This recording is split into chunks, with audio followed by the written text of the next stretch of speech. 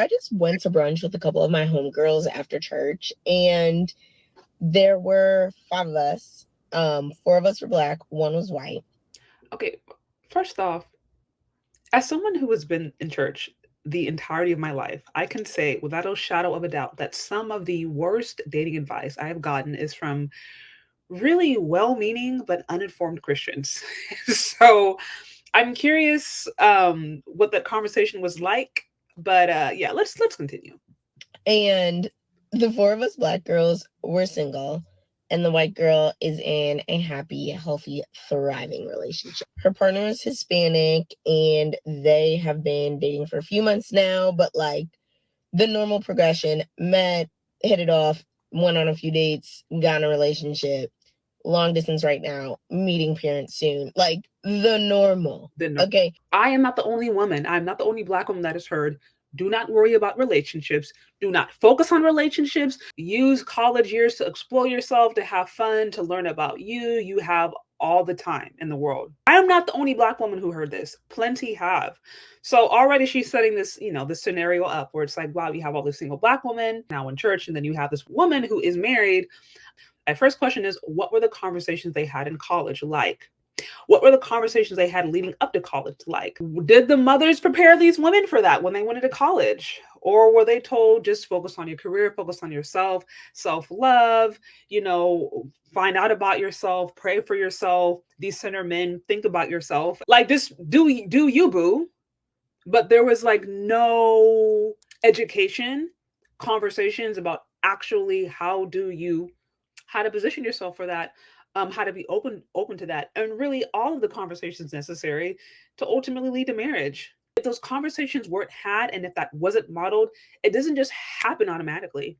Like the way sometimes love is positioned, it's as if, okay, these things just happen automatically. But there was effort. There was effort at one point in this person's life, whether it was through the preparation process, whether it was as they were growing up. There was a schooling, there was training that happened so that when the opportune time came, that person was ready to receive their potential husband, right? Their potential spouse. But unfortunately, a lot of people don't go through that training.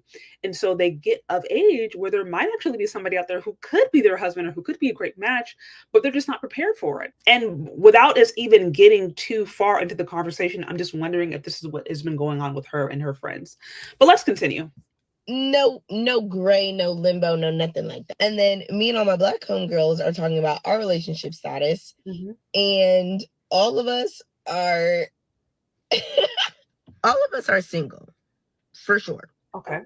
All of us are like actively dating, some more active than others. I wonder, okay, she says single. What percentage of men have they turned down? Because especially if you're a young, attractive woman, you have yourself together. At that point, there's probably men you've turned down, even if you're not fully aware. Black Americans in particular overwhelmingly come from single parent households. They overwhelmingly come from households where they did not see mom and dad together raising a family. But I think sometimes because, as I mentioned before, because we're already starting with the foundation of the Black American family being largely broken, therefore you have women who are not taught the qualities to even be on the lookout for. So therefore, there could be men out there who are in your immediate circle that you're not even seeing as good because you haven't been taught what to look for. And then it can create this perpetual cycle. So some of this stuff, absolutely, I don't want to pretend like the dating market isn't crazy. It is. Some of this stuff I think is systemic. Some of this stuff I think is just based upon a mixture of not being taught, not knowing what to look out for, and then quite frankly, not even knowing how to position yourself, and not position yourself like being at the right place at the right time. That's important. But it's more of like an internal disposition. It's really hard to explain, but it's just like men know when a woman is open. Men know, and men can just sense from a woman whether or not she seems like wife material or not, or at least wife material to him, because every man has their own thing that they're looking for, right? But there's just something about a woman's aura. And so it's less sometimes about, okay, I'm putting myself in the right place, right time. That does have merit. But if you haven't allowed your heart to be put in the right place in the right time, and you don't even really know what it means to position yourself as a wife, then again, it's going to be really hard for you to even know what to look for, or how to be made, or how to even make yourself available to the kind of men that you might like. but nonetheless single. But then we're kind of telling the stories of like the guys that we're talking to or have gone on recent dates with, and like these struggle stories are insane. And for reference, we're all in between 27 and 29, maybe 30. Why is this Okay, so she said 27, 29. What was happening in college? And listen, I am saying this as a woman who, when I was in college, I actively did not date because I was actually told, don't focus on dating and relationships, focus on the Lord, focus on God, all this stuff about just like making it really difficult to be found. Just to me, I look back now and I'm like, that was bizarro. Okay, this is weird. But so as someone who, when I was in college, actively chose to not date for no other reason than just being weird and shutting down options, I know what it actually means to completely overlook opportunity that's staring you in the face. So I am not saying this as judgment, but I'm just saying, looking back, if a woman went into college with the expectation that I'm absolutely going to be getting my career, and I'm also absolutely totally and completely open to finding love, not sleeping around, not riding the carousel, okay, not tasting all the different flavors. I'm trying to keep it really PG, but like actually looking for true love. That those kind of conversations or that mindset might again make it easier for you to connect with someone who's like-minded. So I'm curious what was going on in those college years. the commonality with me and all my Black girls? Like faithfully, not just this group of Black girls, but like so many, my closest friends, my Black girlies that I've met on assignments, out, like all my Black girlies that exclusively date Black men are on a struggle bus. This is why I think it's important to expand our circle. Okay. I don't want to sit here and deny there are absolutely Black people who are in horribly toxic, terrible relationships. End of story. Yes, totally happens. If you want to be married, but you are surrounded by women who are exclusively in struggle bus situations, unfortunately, you have not surrounded yourself around success. So it might be an opportunity for you to go find those situations because they do exist. Find those couples, they do exist. Find that church, find that group, find that community where there are actually people with thriving, healthy relationships that you can glean from, because they absolutely do exist.